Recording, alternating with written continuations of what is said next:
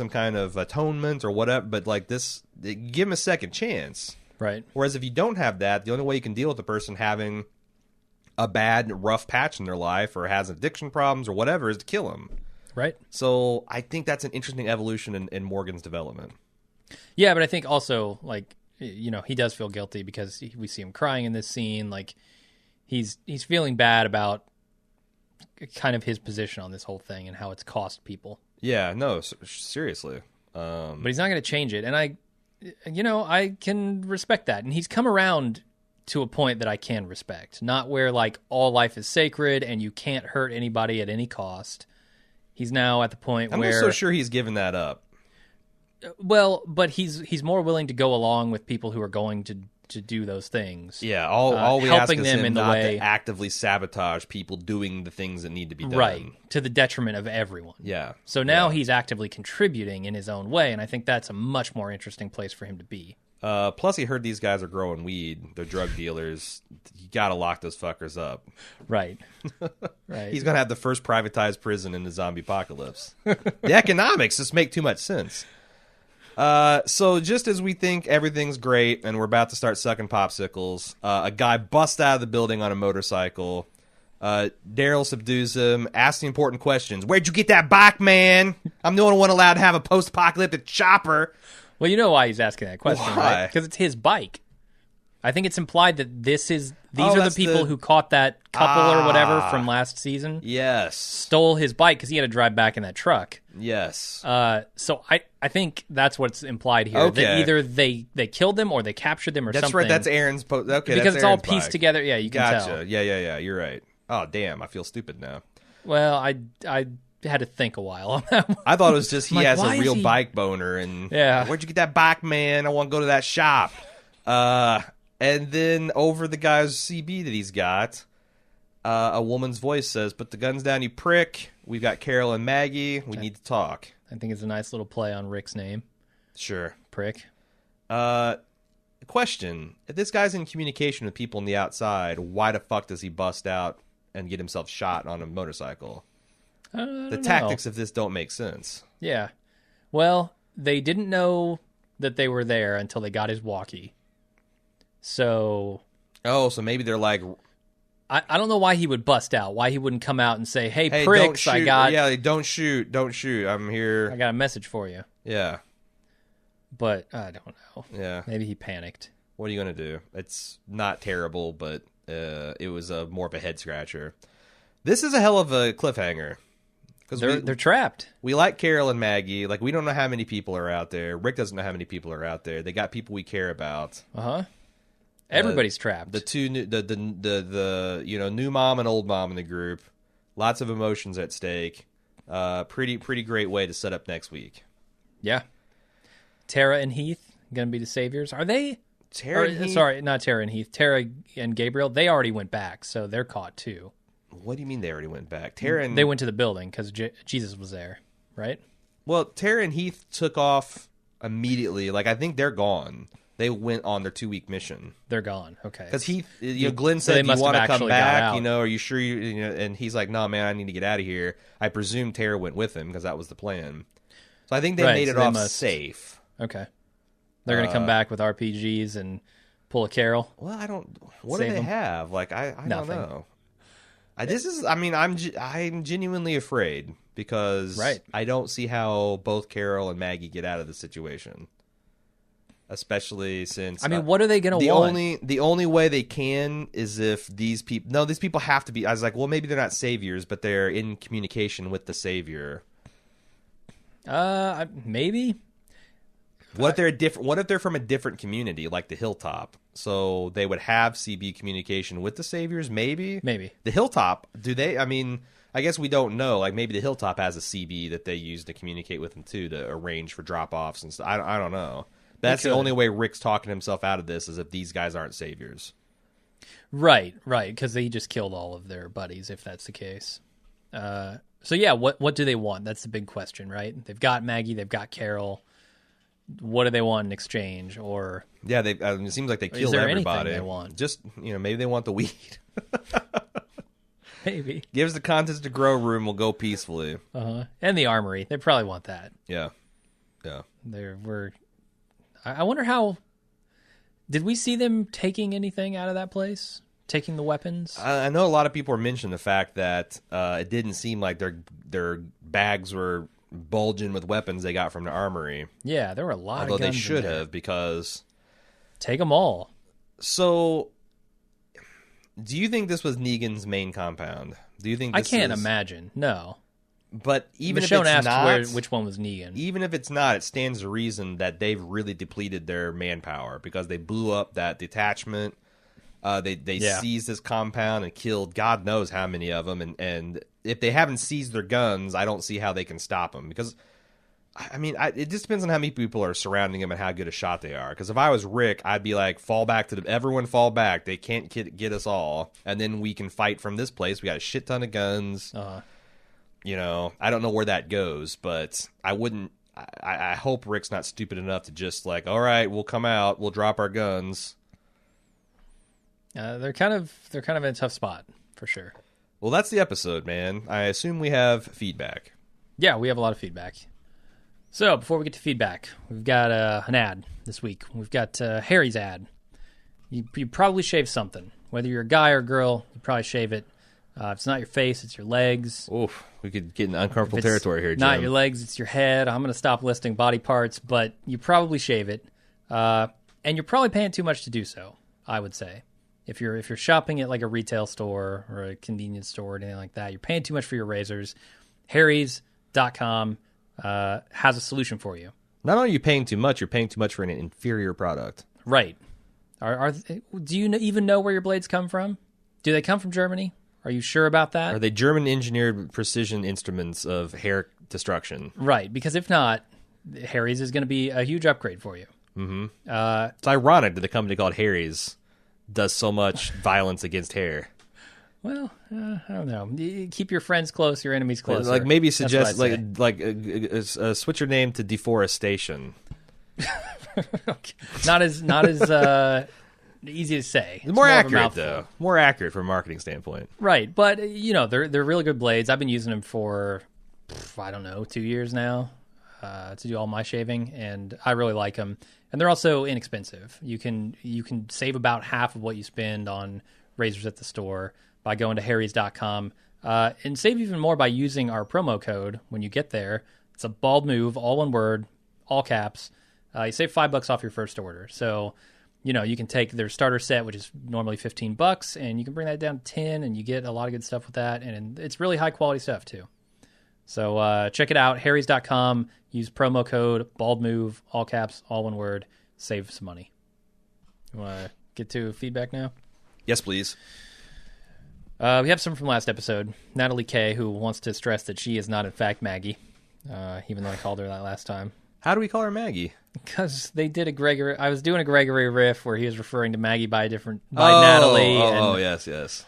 Never mind. I forget her own shtick, man. Right. So I want to talk a little bit about Maggie's pregnancy. You guys mentioned a few times that she didn't seem to be showing, but I think that that may have been intentional, as when she and Glenn were talking about the tomatoes and no buds showing on the plants, the way they both looked thoughtful and glum at the same time suggested to me that there was a double meaning. Oh, she's worried about him. She had a miscarriage, maybe? Yeah, maybe she's worried about the growth of the baby. And also, she mentions that they asked for prenatal vitamins, that sort of thing, and relief at kind of seeing the baby in the ultrasound. I don't know. That's interesting. She also says, last but not least, was it just me? But did the sound of the ultrasound kind of sound like zombie growls? What's she implying? There may be a horrible abomination of a fetus in there, ready to claw and chew its way out. Get the fuck out of here at the slightest provocation. Yeah, just had to horrifying, get that in there. I'm sure. Kimberly also has some stuff about last episode. Hey, I know it's a late email, but I think Abraham was letting himself be choked out at the hilltop last time because he was trying to see which woman would flash before his eyes, like what happened to the guy he was choking who ended up seeing his wife, and they talk about that later. That's fucking really interesting. I hadn't thought about that at all, but I thought it was good. Yeah, it's interesting. Now that The Walking Dead is choosing to treat me as an adult, I'm going to have to start upping my analysis game. Because he does. He kind of smiles there as he's getting choked out, and we were like, Yeah. why? Yeah. Maybe No, he saw Sasha. That's actually really, really. It's, if anything, the episode's better than I thought it was, and I thought it was pretty good. Yeah. All right, Jake A. says, okay, guys, so every episode in this second half of the season has reaffirmed my love for The Walking Dead. Indeed. But this episode in particular really proved to me that this show can still have some high-quality, well-directed episodes. The whole sequence of them going to that building up until the end was super intense for me. I actually got my heart racing even when I saw that they were killing sleeping dudes. And at no point did I feel the group had the upper hand. Yeah. Which, yeah, you get the impression that at any moment they wake up, I mean, and the whole thing could go to shit. even with all that bullshit with Glenn from last season, yes, I did feel that anyone save maybe Rick could die in this episode. Yeah. Dan from no Philly. one died, so there you go. Not yet. There could be some shit coming, though. That's They're true. all trapped. That's true. Dan from Philly. Hey, guys, another solid episode to move the story along. Whatever fire was lit under Gimple's ass has worked. The mix of actual story progression with the odd touch of humor and action has finally put this show in a place where it belongs. Is there a fire lit under his ass? Have I missed something? Yeah, there seems to be. He's doing. So this is they're like doing apparent, a much better I job. thought maybe there was some inside scuttlebutt about, Oh no, not that I know of. like, if he doesn't get these ratings turned around, he's gonna, go the way of Misera, or maybe he's just tired of us talking shit. maybe. See, you're welcome, everyone. Yeah, they had him on Talking Dead. Chris Hardwick said, "Look, I listened to this Watching Dead podcast, Sure. and these guys are really hard on you." Anyway, We're influencers, man. right. Sure, we are. By which I mean we podcast under the influence. He goes on. I know I like to rag on how bad it is sometimes, but I gotta say they've stepped up their game all the way around. Oh yeah, I guess Jesus does save after all. What percentage of the U.S. population do you think said at the exact same moment Jesus saves? It's no less than 1%, right? Of the entire U.S. population when Jesus shot that guy. Who was going to kill Glenn. I'm talking about the population that watches The Walking Dead. No, I just mean in general, the entire population. It's like 1%.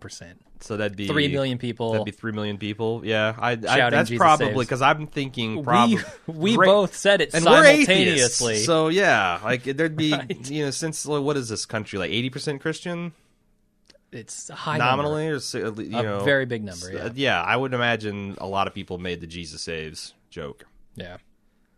All at the same time. It's like a bad Star Wars pun. Johnny from Virginia says, did I miss some other time when Tobin and Carol had any meaningful scenes together before this episode? They seemed to go from 0 to Nookie in about 5 seconds. What? Tobin and Carol? Yeah, totally, yeah. No, he's right. I don't came think out of we've nowhere. seen them, and we talked about that. But When the Nookie, I guess, is what's like, wait, they didn't fuck well, yeah, the canoodling. he's not saying literally. Right. He said Nookie. I think he just wanted to rhyme with cookie. Because he also says, or cookie. Yes. But whatever. Rachel from Michigan. When Father Gabriel was Could have been a delivering... snickerdoodle canoodle. Like that could have worked too. All right. Is it? I mean, you have to have a certain number of ingredients in a recipe to make something a particular type of cookie. Yes. I don't know what she couldn't call what she made a chocolate chip cookie. No, I think so. it's She probably couldn't call it a sugar beet snickerdoodle. cookie. Is what she would call it. Did you even have any sugar? I mean, No, but it it's was a all beet. beet juice. It's the beets are what make it sweet. The beet sweet Right. sugar. It's the Schrute cookie. Schrute cookie. Yes. That's the perfect thing you call it, the Schrute cookie. Rachel from Michigan. When Father Gabriel was delivering his monologue to the man he shoots, all I kept thinking was, please let him say, I kick ass for the Lord, like the priest on Dead Alive. That would have been the most epic thing ever. You know, I forgot to make that connection. That is definitely a thing you should be thinking. I was thinking Jules from Pulp Fiction. See, I was thinking that, No, but did I also not? with Norman Reedus, I was thinking the in nomine Deus, whatever shit that they say. Yeah. And I thought it'd been cool is like if they cut over to Daryl and Daryl just gives him like a little nod. Like, yeah, that's how you do it. That's how you do it, son. Right. That'd have been awesome. Good a little too stuff. on the nose, but I would have allowed it. Yeah. So Nola, a seriously bummed Carol shipper, and not Carol, just Carol, but Carol and Daryl. Okay. Spelled weird. Says the Daily Beast had this to say about our old friend Morgan. Morgan has fully transformed into this show's Skylar White. He continues to say perfectly sane things like, hey, maybe we should talk to these savior people instead of rushing in with the risky as hell plan to kill them all, and be universally reviled for it. Agree or disagree? Totally disagree because it doesn't take into account this scenario. Right. Like, He's not being needlessly antagonistic. yeah, like advocating peace talks with the Nazis circa 1941 would also be insane. Like, Okay. even then, like, I don't even know that that's because you still have a nation state that can be barter. You know, like the rule of law is like kind of being followed. Like, I don't know. At some point, you are stupid if you continue to, you know, kick against the goads. I don't know what to say. Like, to me, that's a very naive reading of the situation. Hey, let's try giving peace a chance with these people that threatened to take all of our shit and asked for this guy's head when they were a little light. Like, this, And it's ignoring the fact that they would be giving up the element of surprise. And, yeah, you know, there's so many reasons that this is a bad idea. yeah. I mean, it'd be one thing if Rick was suggesting taking on a group that was just living like, hey, these guys are all agreeing to give 33% of their stuff to each other because, like, it's essentially a trade agreement. Let's muscle in. That would be one thing, but from several reputable sources, including our own people, these people are pretty ruthless and warlordy. So, yeah, no, I don't agree with that analysis, whatever. And I think early on, he was universally reviled for it because it was clearly stupid in the face of the wolves. Sure. Directly attacking the town. But I think now it's become a much more interesting question and a much more acceptable thing to ask. You know, I mean, I'm on board with at least raising that argument, even if it's not like. But comparing to Skylar White, because Skylar White was reviled because the questions she was asking were actually appropriate for the scenario, but the sympathies of the Watchers were with Walt, so she was the person keeping Walt from doing cool stuff, and it got on her nerves. Sure, that's not Morgan. That's not Morgan at all. I mean, he's trying to keep Carol from doing cool stuff like killing wolves. But we're mad because the what he's trying to do is inappropriate for the scenario. Now, what he's doing now, building a prison, again... That's what I mean, yeah. If Rick wants a new dawn and a new day and a new world, you need some sort of way to deal with people who, you know, are a problem but don't immediately warrant death. Right, and I feel like calling him the Skylar White, being universally reviled while saying sane things, is ignoring the fact that he is moderating his opinion quite a bit. Sure. He's still making an opinion be known. Yeah. It's contrary to the popular opinion. But also, like, is he trying to defend what he was doing with the wolf? Because that's indefensible. I didn't think so. And also, I think it's naive to, like, chide a viewership for, like, oh, you guys not giving Morgan a chance. Well, dude, that shit just happened. Yeah. We have some, like, I'm not really wanting to turn the page on Father Gabriel. And he's a hell of a lot less objectionable than, like, what Morgan, like, because, you know, Gabriel tried to sell out all the people we care about, but Morgan jeopardized the entire Alexandria experiment unilaterally with his own little fucking experiment. So, like, yeah, for really bad reasons. Even if he's saying since now, I'm like, the viewership's only human. They can probably still hold it against the character of Morgan for a few more weeks. I suppose so. Like, no, it's like I hate when people like chide people for how they feel. It's dumb. All you can do is an opinion, man. Yeah. Matt L. says, I got to say I'm real happy with the quality and pacing of these past few episodes, especially considering the stagnant second half of Season 6A. Anyway, this episode focused on just how brutal killing another human really is, the Unforgiven of the zombie apocalypse, as it were. That part really struck me. The part that really struck me was when Glenn stopped Heath from killing the sleeping man to spare him from that emotional weight, only for Heath to gun down 3 saviors through a door later on, completely disregarding the morality of it all. What I got from that was that any character, no matter what their beliefs, is able to kill when their life or the lives of their friends is at risk. Now that we're post-Wolves, could we see this influence Morgan, or will he stay true to his code, even if it means risking the people he cares about? Morgan seems like a true believer. Yeah. And I think Morgan, here's why I'm softening on Morgan. I think he realizes his mistake a bit.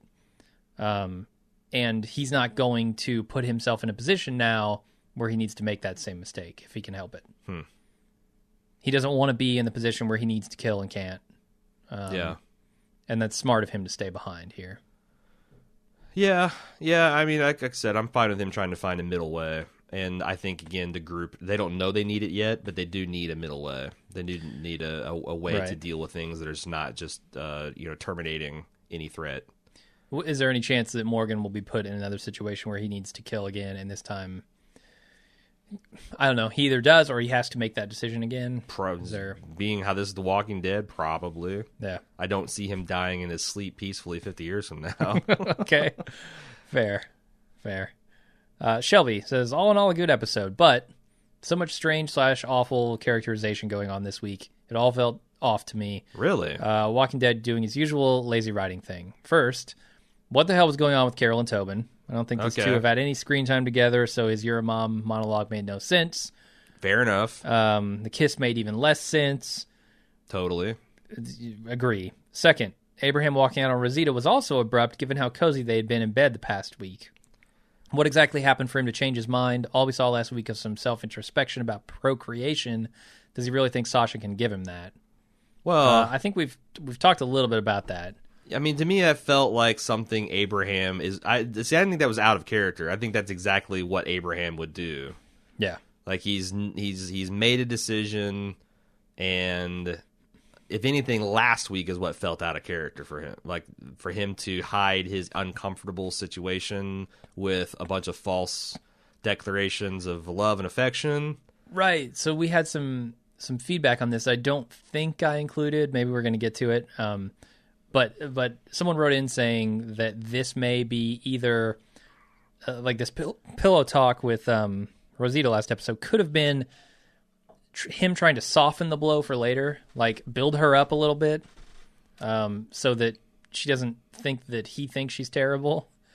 Or it could have been kind of a panic response where he realizes he's not into this anymore and he's trying to force himself into it. Say these nice things about her. I mean, either way, none of this feels out of character for Abraham. Like, sure, I'm with you. Not everyone just like trying to give some reasons. Breaking up with people is one of the hardest things you can do. Honestly, sure. Yeah. Like, there's no great way to do it. No. It's like that they say that like everything ends badly because if it didn't, it wouldn't be ending. Right. So you can just kind of choose less bad ways, less sad and hurtful ways to do it. And Abraham didn't. But it's definitely within his character to be that kind of not knowing what to do with these emotions and not knowing a genteel way to express them. And I've got a worse way. What's Way to do it.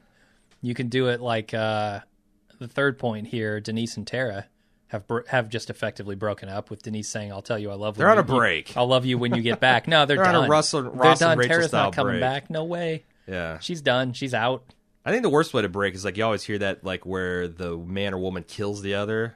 That's a pretty bad way to go. Like what's that, Scott Peterson? Like a suicide murder thing? Well, not just a straight up murder. Like, I don't want to go through the public disgrace of breaking up this person, so I'll murder them. Right? That's probably the worst case scenario. Yeah, and that's what I'm saying. Like, I feel like that happens because people fucking can't deal in a mature adult way with the very real conflict that comes from ending a relationship and don't want to.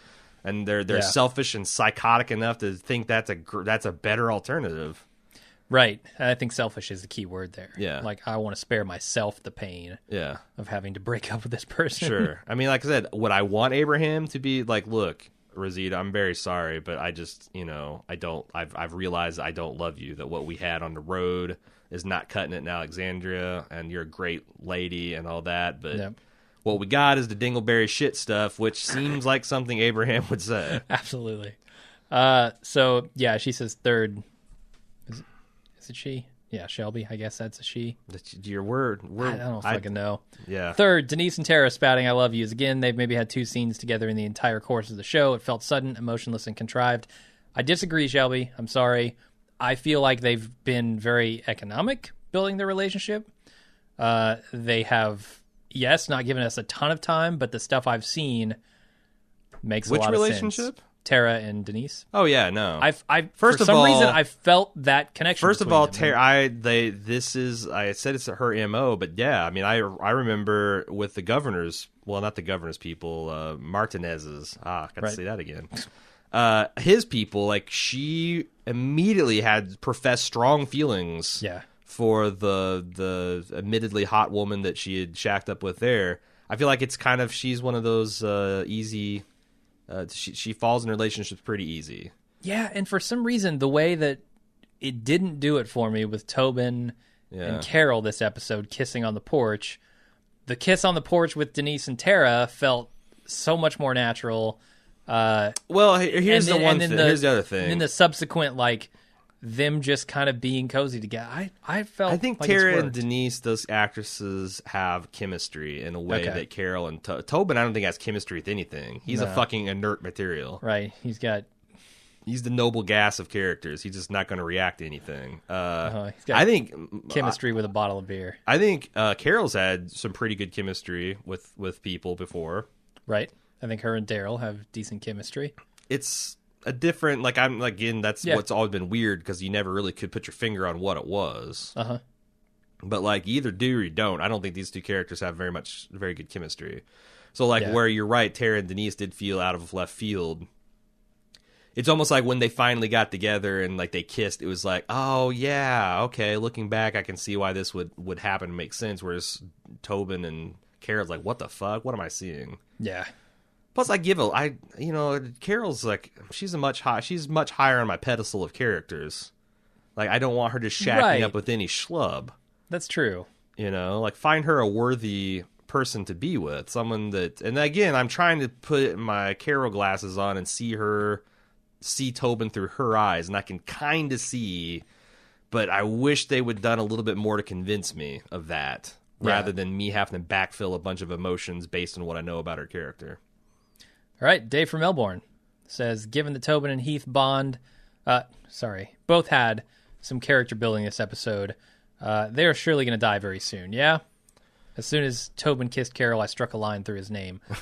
Why not her name? Why not strike a line through that name? She's the one who's captured.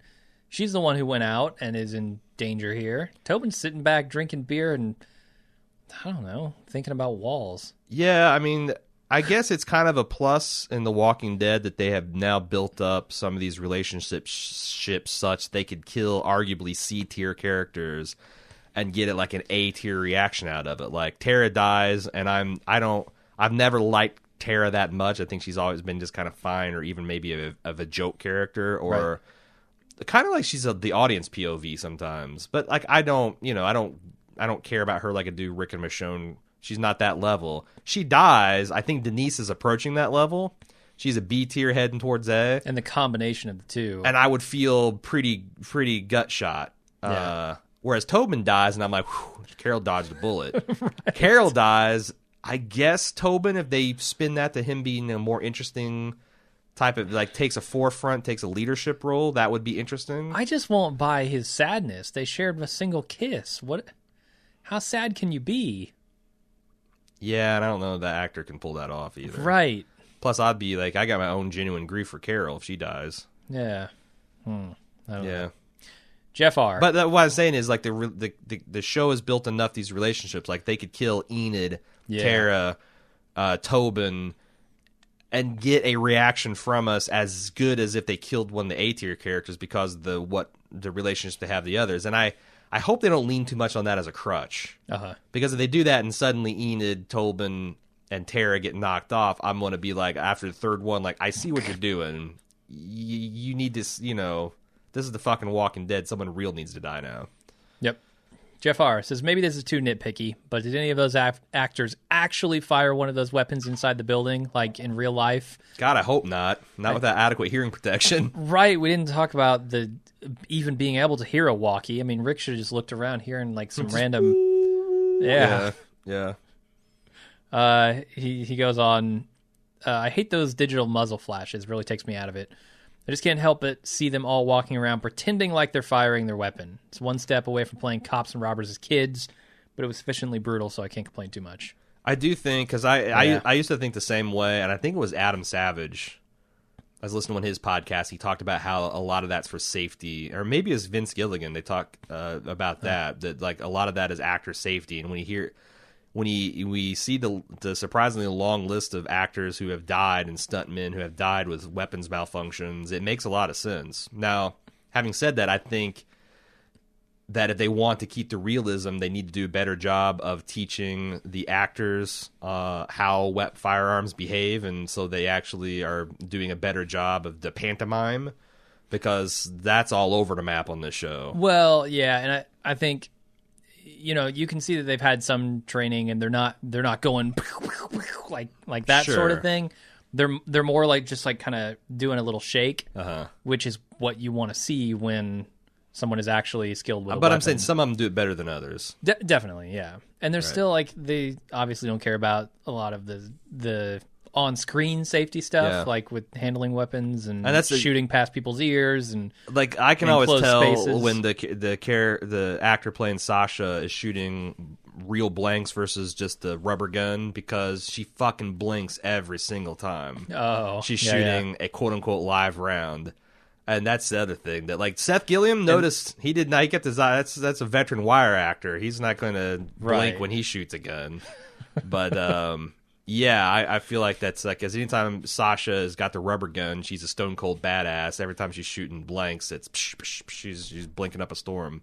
Yeah, and ultimately, I don't care. Turns into Belle from Twilight. I don't really care if you just want to have some crazy action and have people shooting hundreds of rounds in hallways with echoes and not losing their hearing. I don't care that much. It's only really a problem because in season 1 they went with it. Like I've seen a million action movies and I don't give a flying fuck where they shoot their weapon, how they shoot their weapon. It doesn't matter. Look, for me, it's a thin line from this to Birdemic though.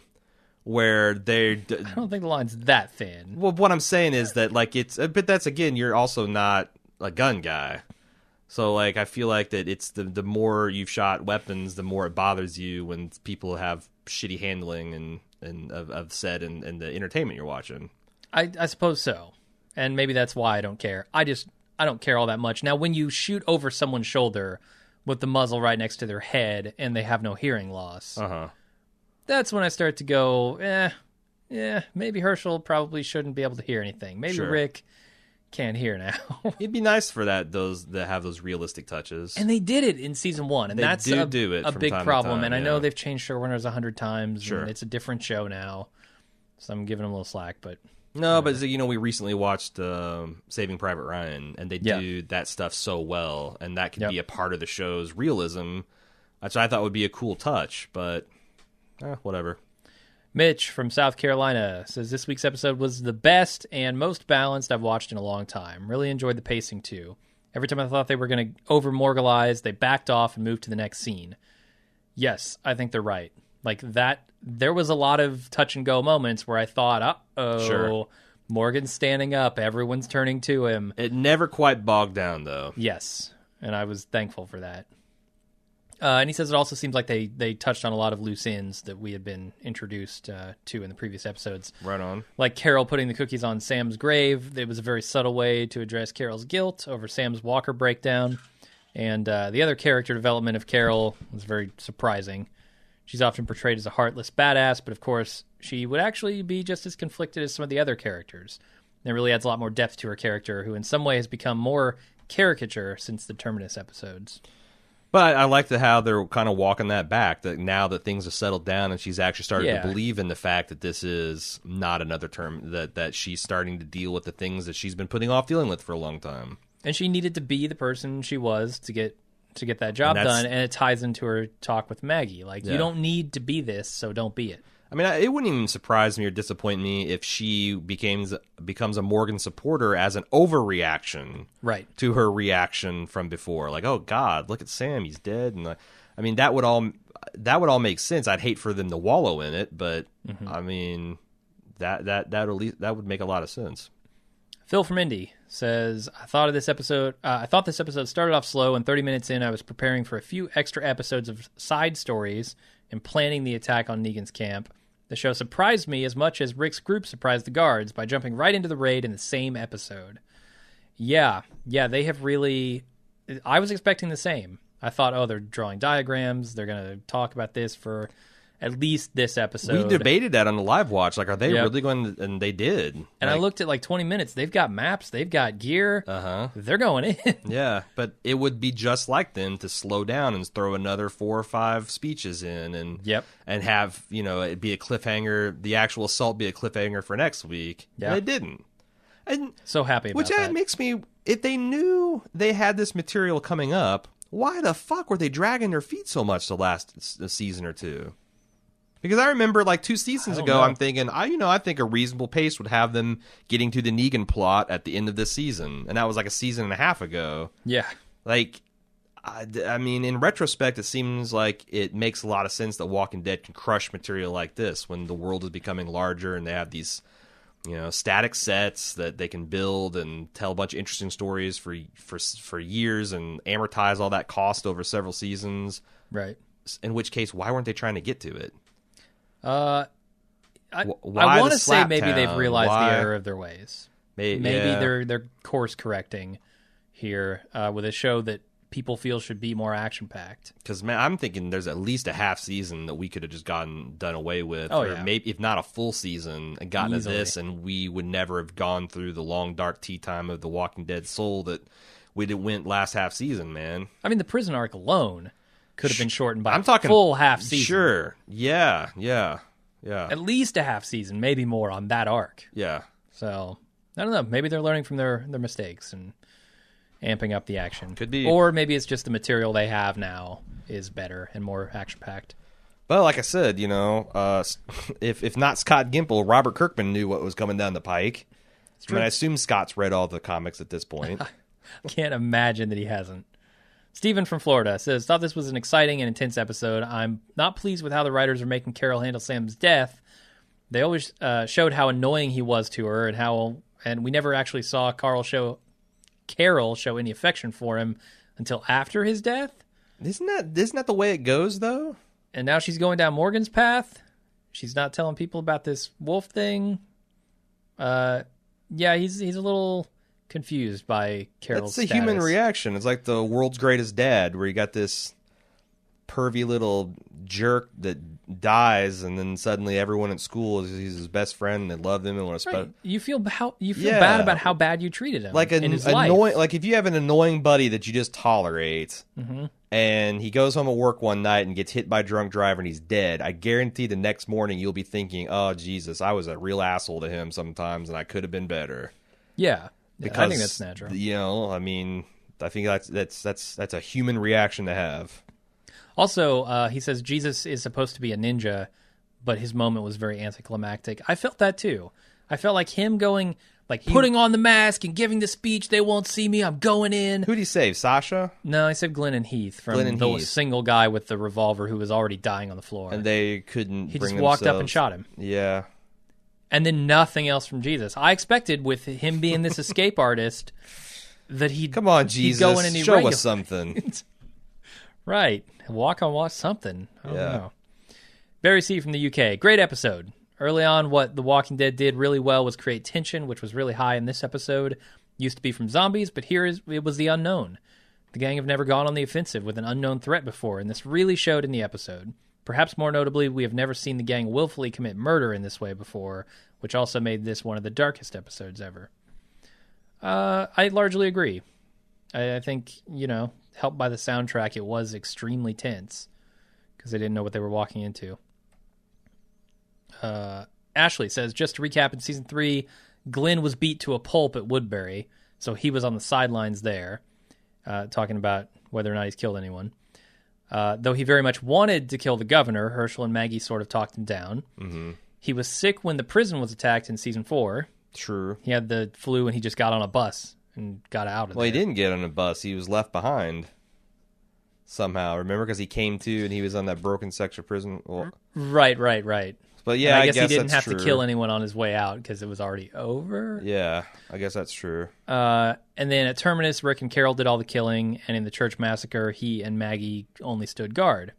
Since then, he hasn't had a reason to kill anyone besides Nicholas, and again, he decided to save him. So yes, it's very much a part of Glenn's arc that he has never killed a human being. They didn't just pull that out of their asses. Yeah, I guess he was kind of sidelined during the major fighting. Yeah, so. I couldn't think of any time where it was believable for him to say that. It was surprising, yeah, but I couldn't think of anything to directly contradict it, so it doesn't surprise me. Mike in Pasadena says, really enjoyed that episode, but obviously we didn't see Negan. My guess is that Rick's raid was just on one of many likely outposts for Negan's group. It would make sense that Negan would have all transactions with the Hilltop occur at a place that isn't his main camp, and it's unfortunate for our group that they probably think they wiped out all of Negan's men when they really just got a subset.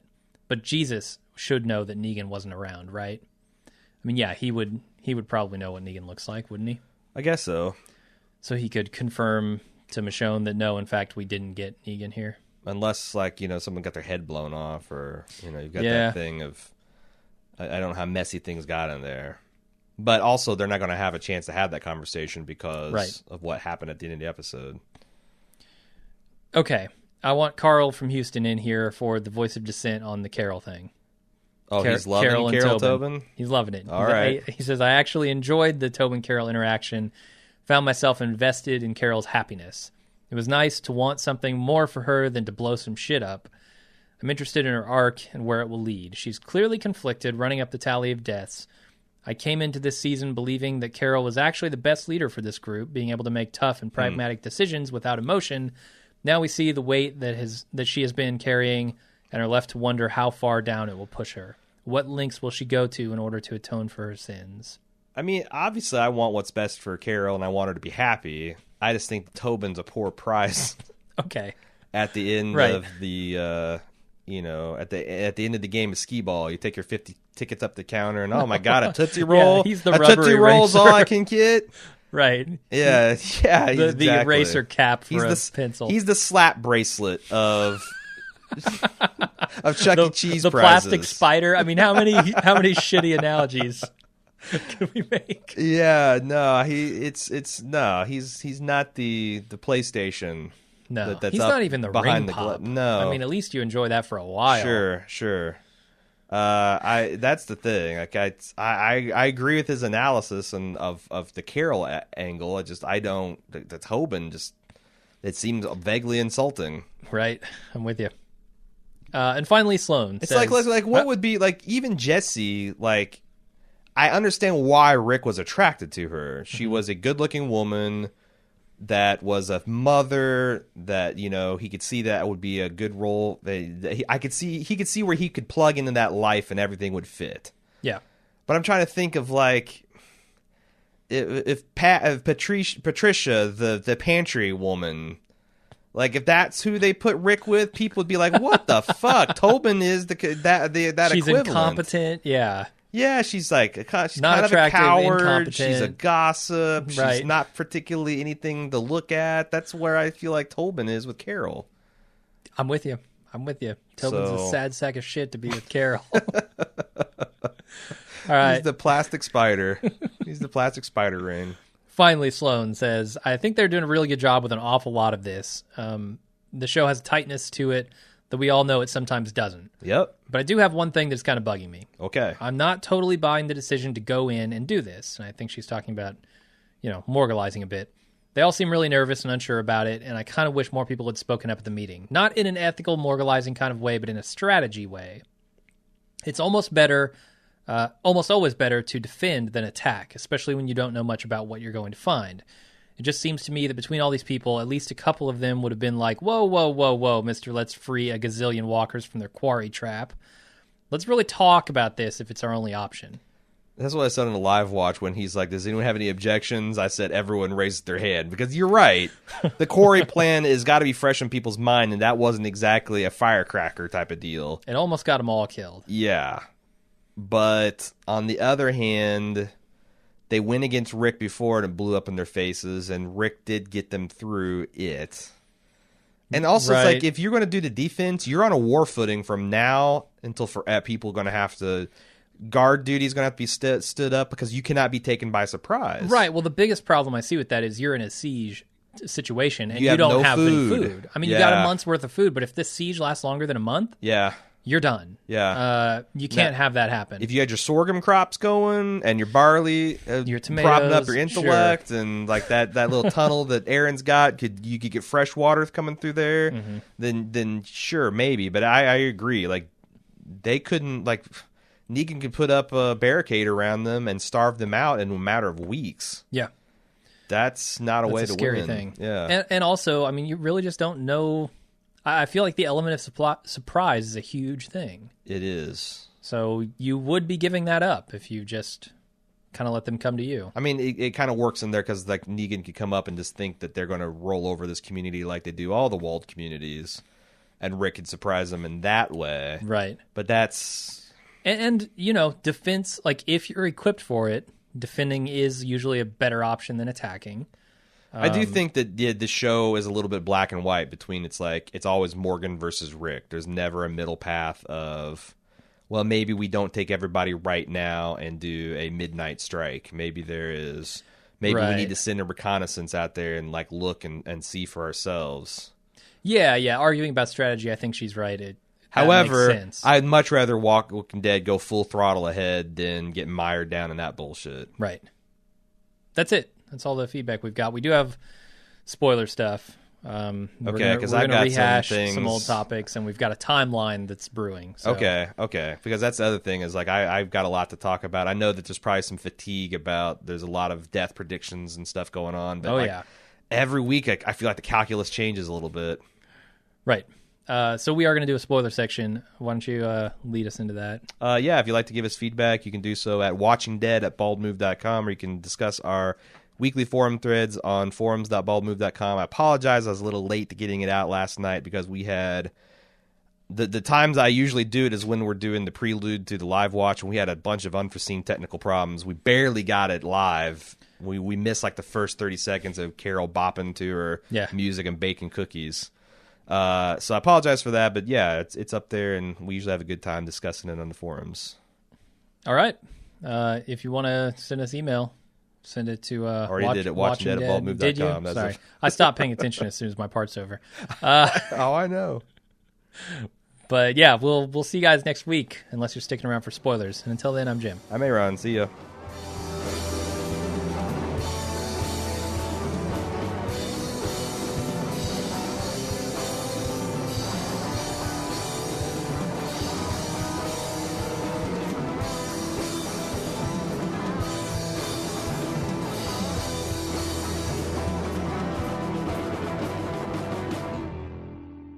And we're back with the spoiler section. I want to start with Lenny before we get into the bat, the goddamn bat that no one seems to want to let drop. Mm-hmm. I want to go to Lenny, who provided us with some comments about when we're wondering, how much room The Walking Dead has to go before it kind of hits the end of the comic run.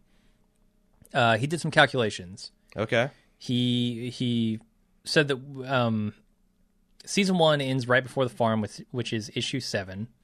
Season 2 ends right before the prison, which is issue 12. Season 3 ends in the middle of the prison with issue 30. Season 4 goes to Rick biting the Carl rapist throat at 57. Mm-hmm. Season 5 goes to issue 77 when he kills Pete. Season 6 potentially is going to end when Negan gets the bat out. Which is 100, right? Which is issue 100. So he's saying in 5.5 seasons, the show will cover 100 issues. I think they're in the 160. Is it 160s? Maybe it's 140s. I don't know. Holy he shit. had it here, but I replaced it with my own stupid comments. So he says it's about 18 issues per season on average. Well, okay. Right. It's an average, and they could move. They have moved quicker. And they have slowed down. In old seasons, they have slowed down. But he says that he charts out the rest of it based on the comic book formula and the show's timeline, and says that we should have about 4 more seasons before The Walking Dead hits Game of Thrones territory, which is like running out of book material to cover. Running out of comics, and the TV show will surpass the comics. He thinks in terms of story, Season 7 should end in the middle of All Out War. Season 8 should end with the Whisperers' slaughter of a dozen people. This is going way beyond anything I've heard about. So the Whisperers is where I didn't nope out. I just stopped reading, and I intended to keep going, but then I started getting disillusioned with the show, and I started noticing that when I'm disillusioned with the show, when I'm comparing it to a superior comic, it really tends to color my eyes. So I'm like, I'm going to stop here and wait until we get a little bit closer and refresh. But I saying that, I thought some of the by far most interesting storytelling happened in the Negan and post-Negan plot lines. Right, so there's a lot of good stuff in store. And he says apparently they go full on war with the Whisperers, and he thinks Season 9 will take us to that, which is where the comic is now. So he's calculating 4 more seasons of this before It looks like we're at about issue 150 right now. Okay. And again, like this is a place where they could slow down and tell this, like the. I feel like that they could spend a season or two on this prelude to Negan / All Out War. Right. And because we haven't gotten to the Kingdom yet, and I don't know if they will go there and introduce that set of characters, and we haven't even met Negan yet. Like I don't think we're going to. Right. Like it feels like this is the end of the season kind of thing that's going to happen. Yeah. Yeah, that's what Lenny's saying. Yeah. Okay. I agree. All right. So I'm just going to kick off all of the discussion we need to do about the Bat. The problem with the comics, though, is that you get 12 issues a year. Yeah. So the show, even at a pretty plodding pace, is going to inevitably catch up and surpass the comics. Right. But also, I feel like that. I thought I just read an article this last summer where Kirkman said he felt like we were slightly over the halfway point to him being done telling The Walking Dead. Well, we're going to catch it by then. But no, I can't imagine. But it might be closer than you think. Like if this has got 300 issues, so like let's say that he's got 200 issues or maybe 250. I could see them landing just about at the same place. I just hope they don't tread water for that purpose. I hope they don't. I don't think they will. I mean, one easy way to tread water is not do the time. Like they could delay the time jump from the post All Out War to they do like a 2-3 year time jump. They could easily get another season telling some other interesting story that's completely fresh and unique to the show, which might actually be fun for the writers. Like clean slate. You can't break the continuity post Negan, but you essentially have the expanded universe to tell whatever story you want for a season or two. And I'm not saying that would be bad. Sure. No, I think it might be good. So it's better than treading water. Yeah. I mean, it's treading water, but you could do it like so is synchronized swimming. But that's interesting to watch, right? But it's not treading water from a viewer only perspective. Yeah. It's treading water from a comic book perspective, and I don't give a fuck about that. Like, I haven't read this stuff. The majority of people have never read it. Like, just make the show entertaining. To the extent that this was an original creation for the show and not the comic, I felt like this is the very first remix that was wholly good. Right. Now I have a hard time believing that this doesn't completely replace some other things that happen in the comics, but it's hard not to. Like they got such a weird mix of characters now. Yeah. Carol alone. Right? Yeah, like that are alive and they shouldn't be dead, or they're dead and they should be alive. That you might have to do stuff like this, but this gives me hope that they can tell an original story and not lean on the comics and not fuck it up. Right. Okay, I'm going to lead into all the talk about the Bat with Ryan's email. Okay. I'm sorry, like 100 people wrote in with their different takes on who's going to get the Bat and why, and at some point it just becomes too much. We've talked about the Bat every episode for an entire season now. But it does maybe change. More. Like, for example, and Tara, it does change. Tara has a huge target on her back now. Right, and I feel like I just want to have a discussion around this rather than try to read every single point from every single person. Okay. I feel like that would take forever. So I'm going to read this from Ryan to lead us into it, and then we can talk about it. Ryan says, I've never been more sure of anything than I am that Glenn is safe from Lucille. Having him look at all the pictures of bashed-in heads that the Savior had above his bed would normally be a stellar example of foreshadowing. However, since we're dealing with Kirkman, I'm 99% sure this was a red herring. Love to hear your thoughts on the subject. Great show. Keep it up. Well, so that's something we couldn't directly address during the main cast, but these photos on the wall are clearly of people with their heads bashed in. Mm-hmm. That's got to be foreshadowing for comic book readers. And why would those pictures be here? If Negan weren't here, is this the guy who does? I thought Negan was the guy who did the bat swing. Sure, yeah, he is. So this guy's proud of Negan's Maybe accomplishment? he's the equivalent of the White House photographer. Okay. All right. Maybe it's a reminder that if he fucks up, he might be next. Like, this is motivation for him. It's a good question why this guy has got all this Negan trophy collection. Yeah. I can't answer that question. Okay. I do think, like, as I said, that I thought Kirkman was a disrespectful motherfucker for being what I thought cavalier with his fans. Uh-huh. And I haven't completely come off of that opinion, but I will say in the last few weeks, I've wondered if he's put so much doubt around this and has talked out so many sides of his mouth that even as I, who is a comic reader and a show watcher and a person who does a podcast and talks a lot about this, I don't know whether Glenn's safe or not. He has muddied the water so much, and that's kind of cool. I will say that... I mean, I'm still on the Glenn is safe train. So this week I reread the issue where Glenn dies. Okay. And I remember when I first read that issue, I felt physically ill with not just the Glenn dying, but his manner of death and just how pointless it was.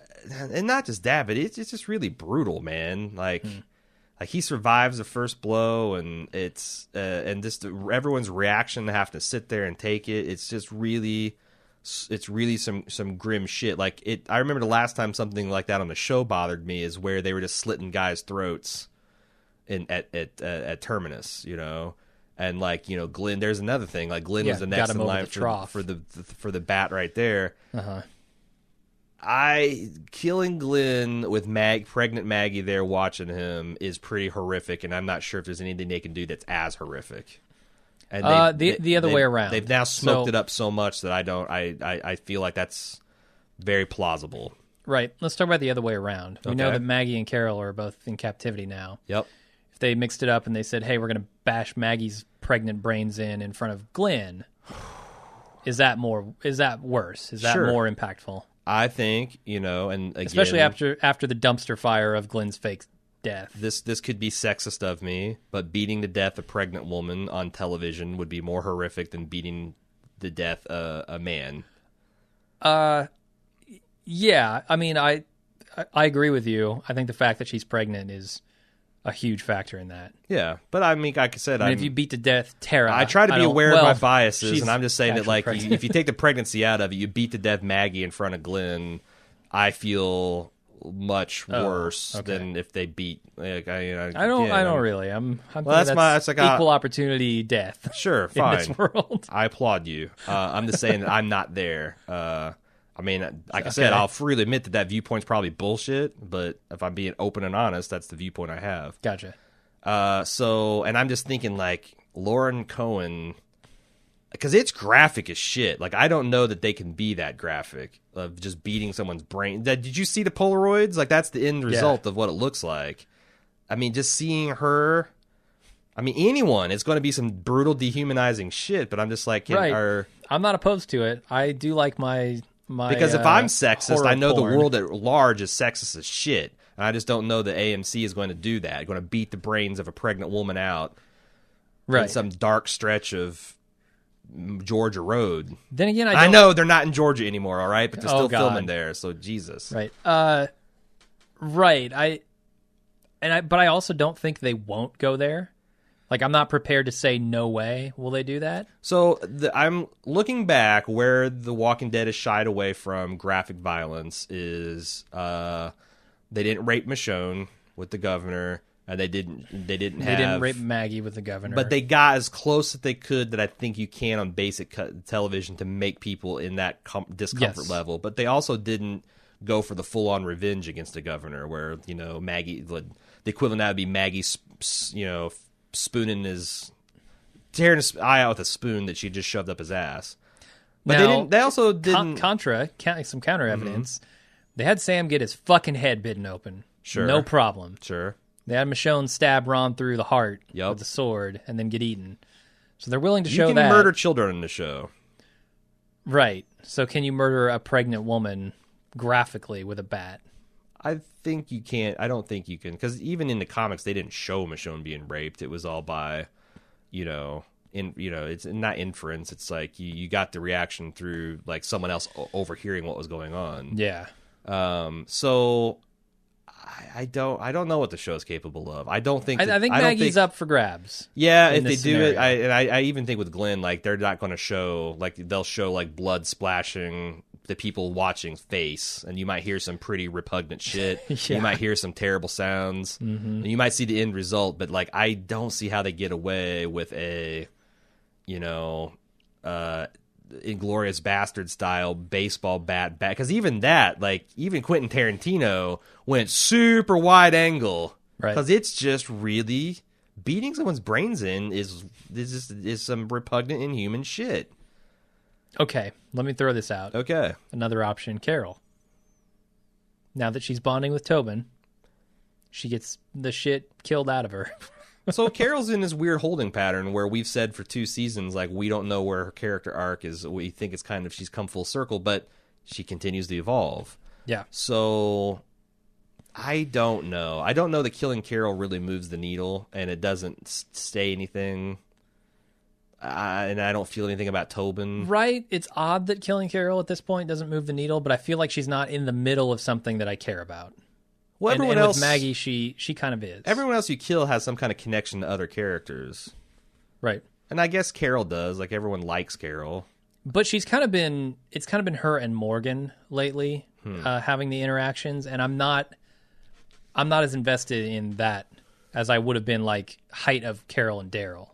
You know, I could also see him killing Morgan, because Morgan's the one that's been preaching about the... So what's interesting about this is Morgan's the one that's been preaching about this preservation of life and how sacred human life is. Morgan's the one that's pushing for a prison. Yeah. The climax of the war arc is that Negan is captured and imprisoned. Right, so that happens after think the about, bat thing? Yeah, well, Like, obviously it's way after Okay. the all-out war arc happens. Lots of people die, but Negan gets defeated, and they take him as a prisoner, and then they flash forward, and he's been in prison this whole time. It would be interesting from a thematic arc if the man who built the prison that eventually holds him is the one who dies brutally at Negan's hand, and that maybe that's one of the reasons Rick decides to imprison him, is out of respect for his friend Morgan, who, like, and we had some people writing in to suggest exactly that. And that's the thing. Like, I feel like every episode there's 2 or 3 plot lines where they could say, this is who Negan kills with a baseball bat, and it would be meaningful for XY reasons. Right. Whereas now I'm kind of off Daryl, because Daryl's that's just bait. That's just fan bait. That's just a simple and it doesn't, getting a reaction out of the audience fan base because of how much they like Daryl. But that's the only reason at this point for Daryl, because Daryl's been a non-entity for a while. Just a badass. Yeah, I mean, he had some nice moments with Aaron, with Rick in 2 episodes ago, and I'm not saying it would very brief and not that meaningful. It would be a huge impact to the fan base if he died. No one's arguing that. I'm hoping you're not arguing. No, right? But the only reason it's everything else is because of who he killing Glenn, killing Maggie, killing Morgan probably wouldn't move the needle, but the thematic angle is interesting. Right. Anyone else you kill is got just the shocking of, oh my god, this is a beloved character dying, plus, oh my god, what does this mean to Abraham? What does this mean to Maggie? What does this mean to Denise? What is it? You know what I'm saying? Let me do this. Let me throw out some more. Okay. We've got Heath and Tara on a mission. Is it possible that they get captured? Sure. This Absolutely. thing with Carol and Maggie, resolves itself without them getting killed. And it's actually Tara. And this is what got me, like, worried when Denise is like, oh, yeah, when you come back, I'll tell you I love you. Mm-hmm. I'm a little worried about that. No, I could see that happening. Here's what I think is going to happen, though. I think that Negan's going to take these 2 prisoner long term, and Rick is going to be full of himself and think that they're just going to go onto a rescue mission, and they're going to go mount out, and Negan's going to snatch him up immediately and make Rick feel impotent by beating one of these people to death, and then give them Carol and Maggie back, or as a sign of goodwill. Just because that's Negan's way. It's like, I'm going to brutalize you, but then here's the carrot, or here's the stick. He shows you both, and here's immediately the carrot. Like, now you don't like the stick. Mm-hmm. Here's the carrot. You might not like the taste of the carrot, but here's the stick, and that's like. Yeah, that's what's so interesting about Negan. He's much more calculating and clever than any other villain that Rick. He is literally the anti-Rick. Yeah, he's no governor. He's not. And certainly from the language that the Saviors are using, it's a lot less ridiculous than the donkey lick days of yore. Right, calling people needle dick and shit bird and asshole. And honestly, with OJ's dropping F-bombs like a motherfucker. I mean, every week since they dropped the motherfucker, there's been at least one unbleeped F word. Now, that's 1 hour later. It's a 10 o'clock slot than a 9 o'clock slot. Right. But I wonder if FX pushing these boundaries is going to, if Negan's first appearance is a cliffhanger for this season, I bet that Gimple and Nicotero is looking. Everybody's watching OJ, and they're like, I wonder what we can get away with. Or maybe this show airs on HBO next year. No, but it seems like they can have the unlimited amount of shits, pricks, assholes, dicks, and that's that I think Negan could live in that comfortable space. Yeah, and be shocking and profane and not HBO. So all right, cool. Well, I think that's it. Okay. We've discussed all the possibilities. I don't really want to discuss this again unless the scenario really changes. If Tara gets captured, here's the thing. Maybe I'll talk about it one more time. I don't want to limit it that way. If something new, obviously I don't want to talk about it every week, but if new stuff comes up, as the calculus changes, I think it's interesting. Right. I mean, if you're trying to but it changes every single week, and it just it's really belaboring the point. If people are interested in talking about it, and I am one of those people, I'm the guy that does feedback. I'm really getting annoyed. Well, with I'll the have level my of own bad talk. because I was going to talk about all this without the feedback. So I know I'm mostly kidding. I will include it if I think it's warranted, and I obviously did this week. So we'll see where it goes. But that's all the feedback, spoiler stuff I really got.